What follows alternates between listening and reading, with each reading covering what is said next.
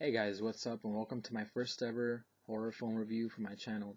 The film I've decided I wanted to do first is 1986's Slaughter High. And the reason for that, personally, it's a film I've always wanted to see. I've always been curious about it. I love, the poster, cover art, everything about it. The premise seemed interesting. It's your typical slasher. So, yeah, finally came across it a couple weeks back. Gave it a little time to, sink in, get the juices flowing, see what I liked about it, what I didn't like about it overall. And yeah, about to give my 2 cents, to you guys. Oh, before I even start the review, there will be spoilers, so if you haven't seen the film, just a warning, okay? So don't say I didn't give you guys a fair warning. Well, now let's dive into it. So pretty much the premise, Slaughter High.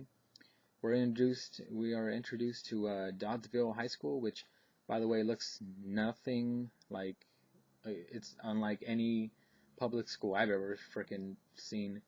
It's, I don't know, it's just like a weird looking building, and then the interior as well. It's like you can tell they just picked a random location and just kind of sprinkled some lockers in there.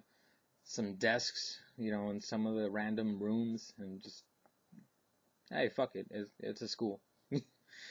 Oh man. Anyway, so yeah, we're introduced to the students at Doddsville High School, where these group of kids are about to pull a prank on Marty Ranson, played by Simon Scudamore. And yeah, they freaking grab this guy. They grab this guy, Carol, played by Caroline Monroe, or Caroline Monroe, however you guys want to pronounce that. She lures him into the restroom, the boys' locker room, and then they play a huge prank on him where he thinks he's about to get laid, but in actuality, they are recording the whole freaking thing, and they see him naked. They give him a swirly, they put this freaking poor kid through hell. Eventually, the coach chimes in and stops the whole thing, punishes the kids. They get pissed off at Marty, and two of the kids proceed to give him a joint laced with, we're led to believe, some kind of poison or something. Makes him violently ill. He has to go to the bathroom, the vomit, do whatever the hell he has to do in there. And meanwhile, Skip, basically the leader of the group, fucks up his chemistry project. They don't really specify what he puts in there, or what he mixes in there, but yeah, pretty much messes up his entire project and causing the damn thing to blow up in Marty's face. He gets acid on his face. The whole room starts burning down. He's fucked, pretty much. I thought he's like looking like Two-Face, it's pretty badly burned. Skip, well, they don't really specify it, to be honest, how many years are skipped. It could be like 5, 10 freaking years, man, because you can't really tell the actors are like, it's really obvious that the actors are in their like late 20s. I think Caroline Monroe was about 36 when they filmed this movie. And she's supposed to be high school age at the beginning of the film. You're 36 years old. Come on, like. So anyway, back to the point. Yeah, I'm like rambling on now. But yeah, Skip. A couple years later, doesn't specify again. That entire group is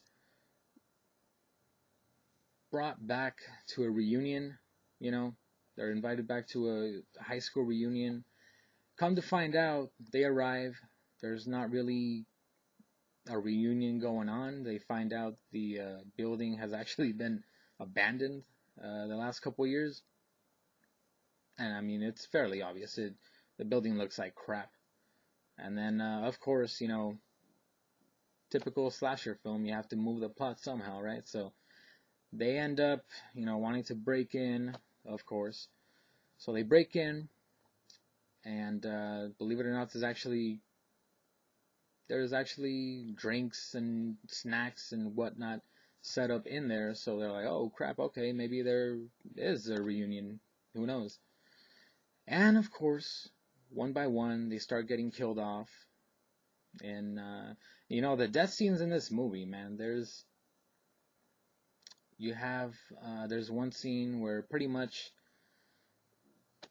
the moral of that scene is, don't drink beer, pretty much, because this guy drinks what he thinks is beer and pretty much has his intestines come out of him. So that was a pretty fun scene. And then one of the other deaths, a guy and a girl go off and have sex. Like, first of all, why the hell would you go have sex if someone's trying to kill you? But movie logic. Anyway, they go have sex, and it can only be described as really one of the most shocking sex scenes I've ever seen in any film. If you've seen the film, you get that joke. If not, please go watch it. You won't regret it. Anyway, the death scenes in this freaking movie some of them are just hilarious, and it's like that in real time, that would never happen. Oh man, let's see what else.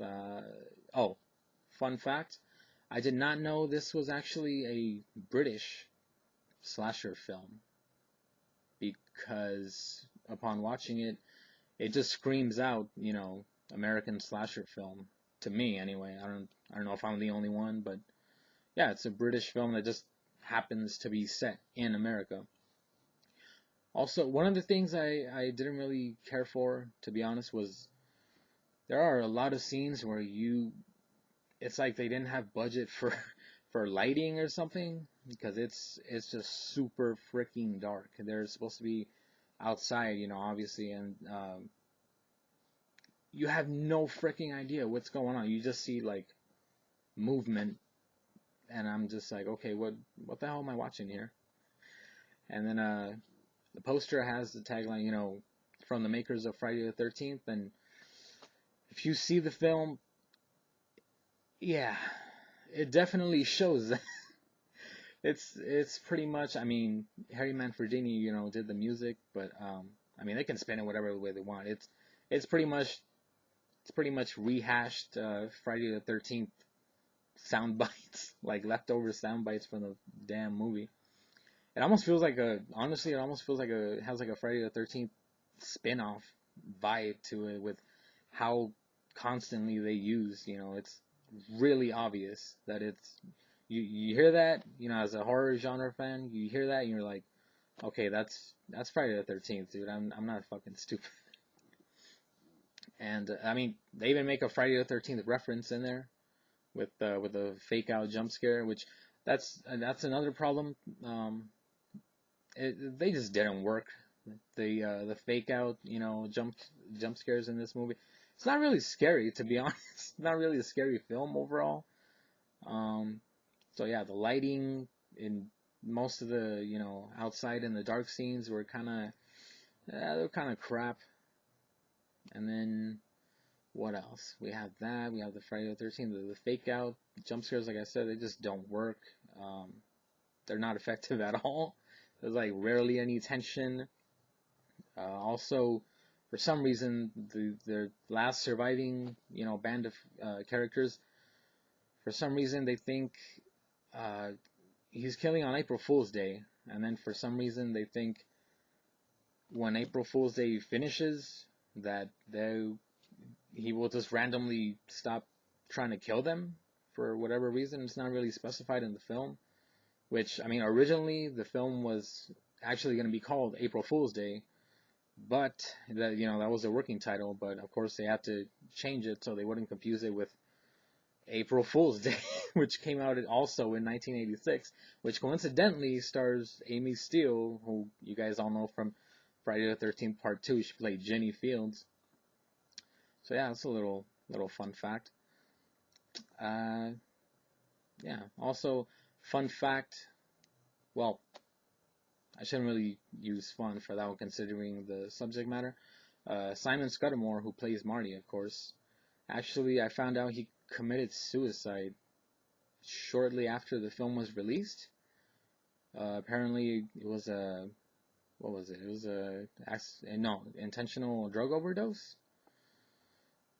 So, yeah, that kind of sucks, because watching this film, obviously, even though I said all the, the lighting, the jump scares don't work, I gotta say, all that aside, I fucking love this movie. I don't know what it is. It's just, it has that quintessential 80s slasher vibe, that certain appeal to it. I just can't hate on this freaking movie. I don't know what it was about it. And then, Marty, oh, that's another thing. They kind of go for like a whodunit vibe to it, where they want you to question whether or not Marty is the killer when it's like fairly obvious that he is. I mean, we're talking Friday the 13th, A New Beginning. Like, we know it's the damn paramedic, like, it's that obvious. And it's like, oh, okay, maybe it's not Marty. No, yeah, it is. It is. And I mean, I love that that jester mask. Like, come on, man. How the hell can you go wrong with that? I'm trying to think what the hell else I loved about this movie. I just love the whole freaking damn thing. The kills are really good. I like them. I'm a huge fan of Cheese. I love the kills in this movie. Oh, let's talk about the ending. Okay, so spoilers again. I don't want to ruin it for anybody. This movie actually kills its final girl, which shocked the hell out of me.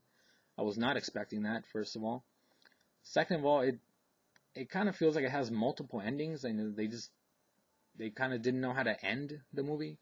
So yeah, they kill off the final girl, and then out of nowhere, Marty has they went for this twist, and it was all in Marty's head. He kind of starts seeing his victims like as like, I don't know, revenants or zombies. I don't know what the hell they were trying to go for, but yeah, he sees that and then randomly wakes up in a mental asylum.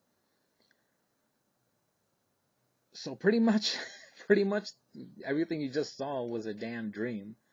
And he wakes up at the end and he's pretty much going to do everything that we just saw in the film, which I actually liked. I was kind of a big fan of that. It was definitely risky, it was definitely a risky ending because you might piss a lot of people off.